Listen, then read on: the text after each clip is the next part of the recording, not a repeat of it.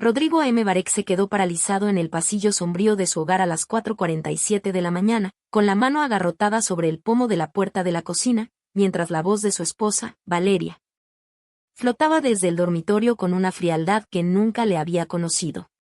La penumbra del piso en el barrio de Ruzafa parecía cerrarse sobre él, y el único alivio visual era el tenue resplandor verde del reloj del microondas, que proyectaba sombras fantasmales sobre las gastadas baldosas valencianas. Rodrigo, un hombre cuya fortaleza siempre había sido su orgullo, se sintió de repente como un extraño en su propia casa. «Y es solo mi cajero automático personal», decía Valeria a través del teléfono, soltando una risa ligera y cristalina que resonó en el pasillo como un cristal rompiéndose. «El idiota realmente cree que voy a cambiar. Deberías verlo, Jenny, se mata trabajando en el almacén y ni siquiera cuestiona a dónde va cada euro. Es casi patético, de verdad». El asa de cuero de su maleta de trabajo, cargada con las herramientas de su primer turno, se hundió en su palma mientras su agarre se tensaba hasta que los nudillos se tornaron blancos. Durante 3 largos años, Rodrigo había vivido en un túnel de agotamiento sistemático, trabajando en 5 empleos diferentes para saldar los 115.000 euros de deuda que Valeria había acumulado antes de casarse. Ella le había jurado, entre lágrimas y promesas de enmienda, que era un bache del pasado. Rodrigo, fiel a la integridad y el honor que su padre le inculcó en Guinea Ecuatorial, había aceptado la carga sin rechistar, creyendo que su sacrificio era el cimiento sagrado de su matrimonio. Había vendido su amada moto, comía sándwiches de mantequilla de cacahuete en sus breves descansos y caminaba hasta el puerto para ahorrar el dinero del transporte. Todo para que Valeria pudiera mantener su estatus en las agencias de marketing de Valencia. Mientras ella dormía en sábanas de seda, él supervisaba la carga en el muelle bajo la lluvia, hacía entrada de datos en cafeterías ruidosas y conducía para servicios de transporte hasta la medianoche. Lo que Valeria llamaba nobleza patética era, en realidad, el amor incondicional de un hombre que no sabía rendirse. Sin embargo, lo que ella no sabía era que Rodrigo ya no caminaba a ciegas. En su taquilla del almacén logístico, guardaba 3 carpetas que contenían la verdad, cada estado bancario, cada compra oculta enviada a casa de su cuñada y cada tarjeta de crédito nueva abierta a sus espaldas. Rodrigo forzó sus pulmones a inhalar el aire frío del pasillo y, con una calma que le sorprendió a sí mismo, soltó el pomo de la puerta. Retrocedió en silencio, con el corazón latiendo con una furia gélida y una claridad que no había sentido en años. Salió del apartamento justo cuando los primeros barrenderos comenzaban su ruta por las calles de Valencia. El viento del Mediterráneo traía consigo un aroma a sal y humedad que refrescó su rostro cansado. Saludó al anciano que limpiaba la acera, reconociendo en él la misma dignidad del esfuerzo que su esposa despreciaba. Mientras camina hacia la parada del autobús bajo el frío de Valencia, Rodrigo aprieta el búa de madera de su padre y murmura: «El tiempo de los sacrificios ciegos se ha terminado». Si han llegado hasta este punto, acompañando a Rodrigo en esta gélida madrugada valenciana, y encuentran valor en los detalles de este sacrificio silencioso, les pido de todo corazón que comenten con el número 8 para saber que nos acompañan en este trayecto. Si aún no forman parte de nuestra comunidad, les sugiero suscribirse y activar la campanita de notificaciones, así no se perderán ni un solo capítulo de este relato. Su apoyo es lo que nos permite en Historia Familiar seguir creando contenido excepcional que busca, ante todo, informar e inspirar sus vidas. Ahora, continuemos con la historia.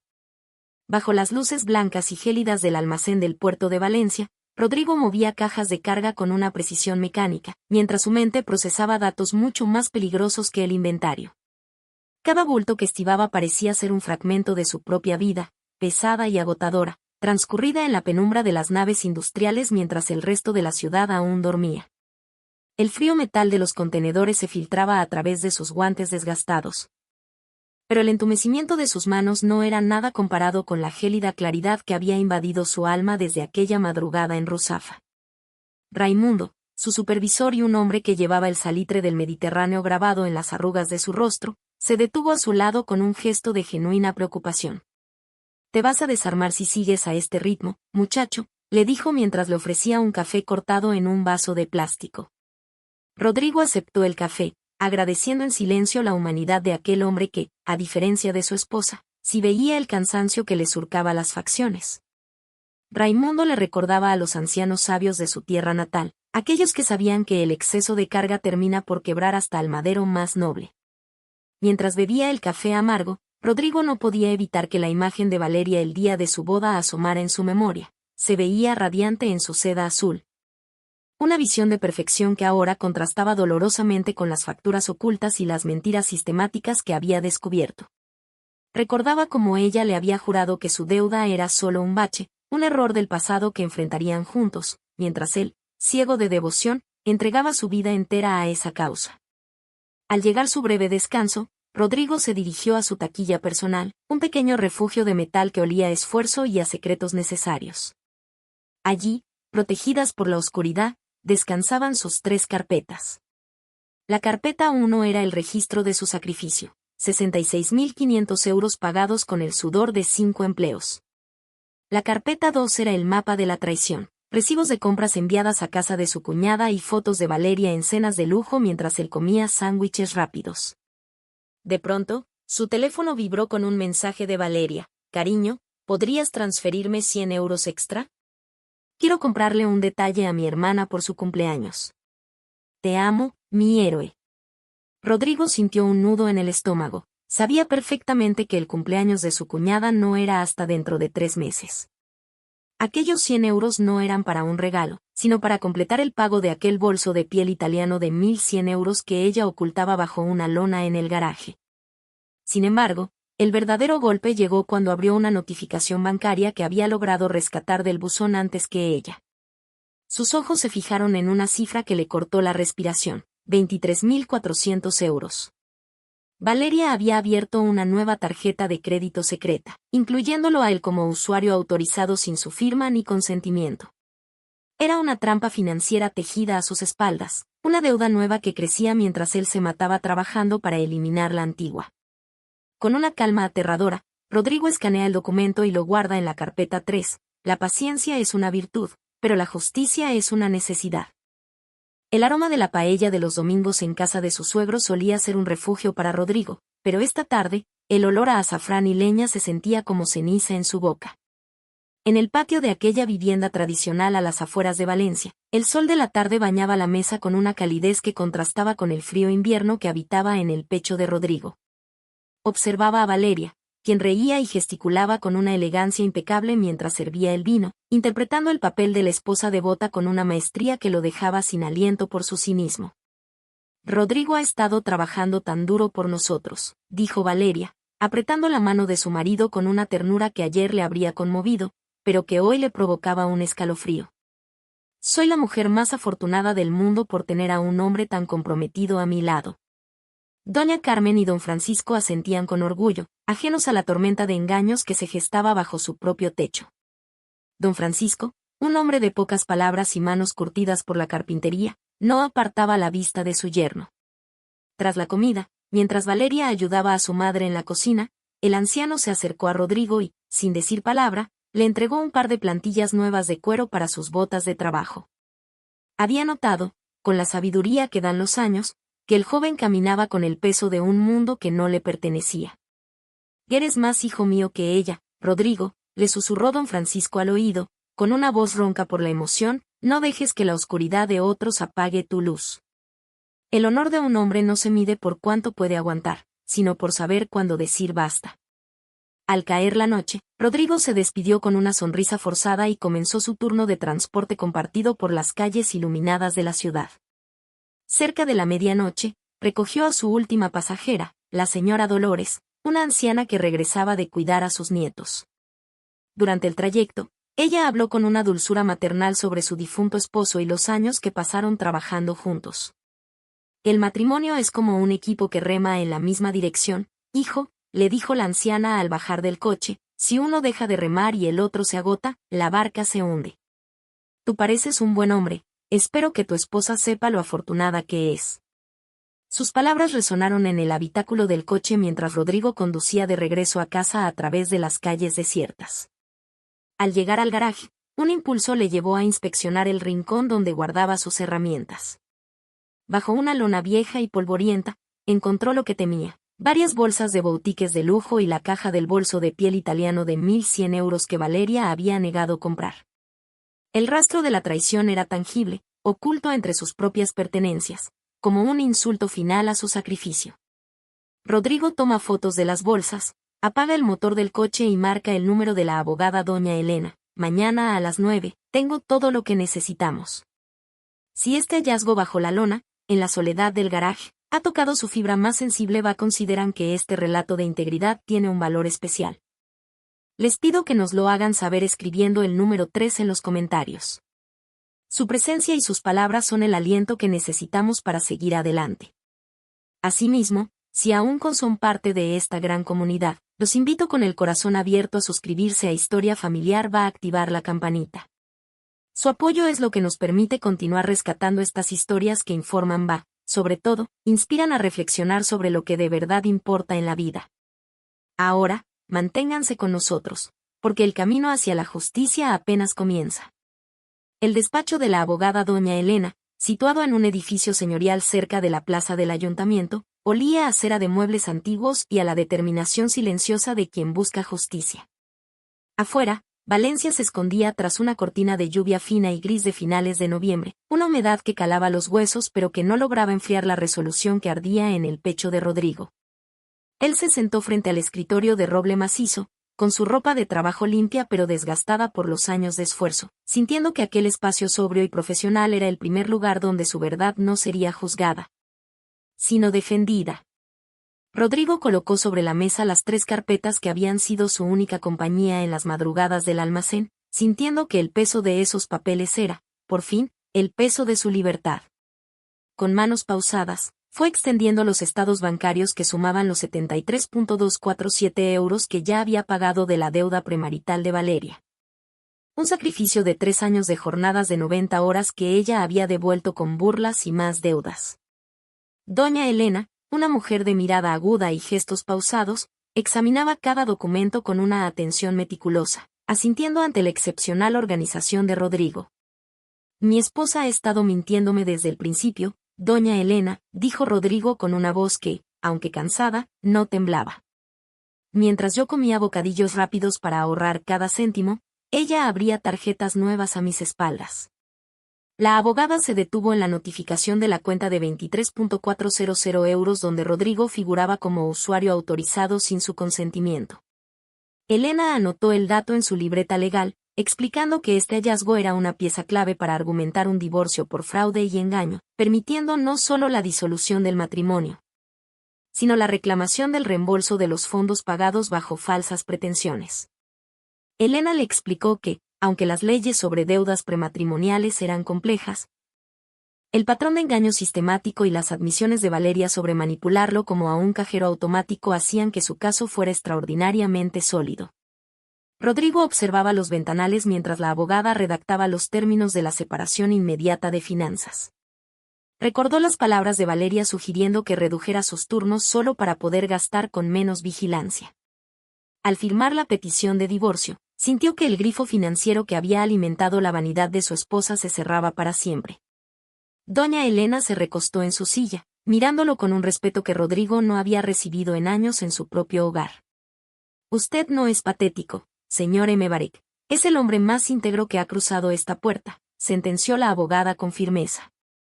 Rodrigo se puso en pie, ajustando su mochila, listo para regresar al almacén y cumplir con sus últimas jornadas de agotamiento antes de que el mundo que Valeria conocía se derrumbara.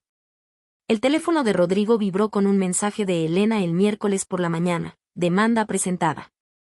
El servidor entregará los papeles mañana. Valeria no gritó al principio, se limitó a mirar los papeles oficiales sobre la mesa de centro con una expresión de incredulidad, mientras la realidad de Valencia parecía detenerse fuera de las ventanas del salón. Habían pasado apenas unos minutos desde que el agente judicial llamara a su puerta en el barrio de Ruzafa, entregándole el documento que marcaría el fin de su farsa. Rodrigo la observaba desde el umbral, todavía con el peso del turno del almacén sobre sus hombros, viendo cómo la máscara de Valeria se agrietaba bajo la luz amarillenta de la lámpara de pie. ¿Qué es esto, Rodrigo?, preguntó ella finalmente, con una risa nerviosa que intentaba ocultar el pánico que asomaba en sus ojos. Esto debe ser una broma pesada, una confusión. No puedes estar hablando en serio sobre un divorcio. Rodrigo recordó su caótica mañana a las 4:47, dándose cuenta de que esa fue la última vez que permitió que una mentira habitara en su corazón. Su voz sonó tranquila, casi desprovista de emoción, lo cual parecía inquietar a Valeria más que cualquier grito. Te escuché, Valeria, dijo él simplemente. Escuché cada palabra de tu conversación con Jenny el viernes pasado. Te escuché llamarme tu cajero automático personal, burlarte de mi nobleza y decir que soy un idiota que nunca se daría cuenta de tus deudas nuevas. El color desapareció del rostro de su esposa, dejándola tan pálida como el papel que sostenía. Intentó balbucear una disculpa, alegando que estaba desahogándose con una amiga, pero Rodrigo continuó con la precisión de quien ha pasado meses analizando pruebas. Le habló del bolso de 1.100 euros escondido en el garaje bajo una lona, de los paquetes enviados a casa de su hermana y de la nueva tarjeta con 23.400 euros de la que él era usuario autorizado sin su firma ni conocimiento. Y tengo un problema, Rodrigo, es una adicción, sollozó ella, derrumbándose en el sofá en un intento final de manipular su compasión. Prometiste ayudarme, dijiste que enfrentaríamos los desafíos juntos. No puedes tirarlo todo por la borda por un error de dinero. Lo que hiciste no fue un error, fue una traición, respondió él, señalando sus propios ojos hundidos y su figura debilitada por el agotamiento. He trabajado 90 horas a la semana, he sido un zombi caminando por las calles de Valencia para que tú pudieras comprar lujos mientras te reías de mi esfuerzo por la espalda. La desesperación de Valeria se transformó rápidamente en una amargura venenosa al verse acorralada. En un arranque de soberbia, se puso en pie y lo señaló con desprecio, admitiendo finalmente la verdad que Rodrigo ya sospechaba. Se había casado con él porque parecía alguien seguro. Alguien tan honorable que nunca tendría el valor de marcharse, sin importar cuánto lo pisotearan. Admitió que nunca quiso ser salvada, sino encontrar a alguien que financiara su estilo de vida sin cuestionar nada. Rodrigo observó sus manos finas y cuidadas, contrastando con sus propias palmas callosas y agrietadas por el trabajo físico, y sintió que el último hilo de afecto se cortaba definitivamente. Ya no soy ese hombre, Valeria, dijo Rodrigo mientras recogía su maleta, informándole de que ya había alquilado un pequeño estudio cerca de la zona universitaria y que su comunicación sería estrictamente a través de doña Elena a partir de ese momento. Rodrigo cierra la puerta del apartamento con su maleta en mano, escuchando los gritos desesperados de Valeria desvanecerse mientras baja las escaleras. El 14 de febrero, Valencia no se vestía de rojo para Rodrigo por el romance, sino por la dignidad recuperada en la sala del juzgado de familia. El aire de la mañana era nítido y brillante, iluminando los pasillos del Palacio de Justicia con una claridad que parecía prometer redención tras 3 años de sombras y agotamiento. Rodrigo caminaba con paso firme, vistiendo el único traje bueno que poseía, el mismo que usó en su boda, pero esta vez lo llevaba sin el peso de la culpa o la duda en sus hombros. Al entrar en la sala, notó la presencia de don Francisco y doña Carmen sentados en los bancos de madera. Sus suegros no estaban allí para apoyar la traición de su hija, sino para honrar la integridad del hombre que los había tratado como un hijo. La jueza Torres, una mujer de expresión severa y justa, revisó meticulosamente el resumen del caso antes de permitir que doña Elena presentara las pruebas finales.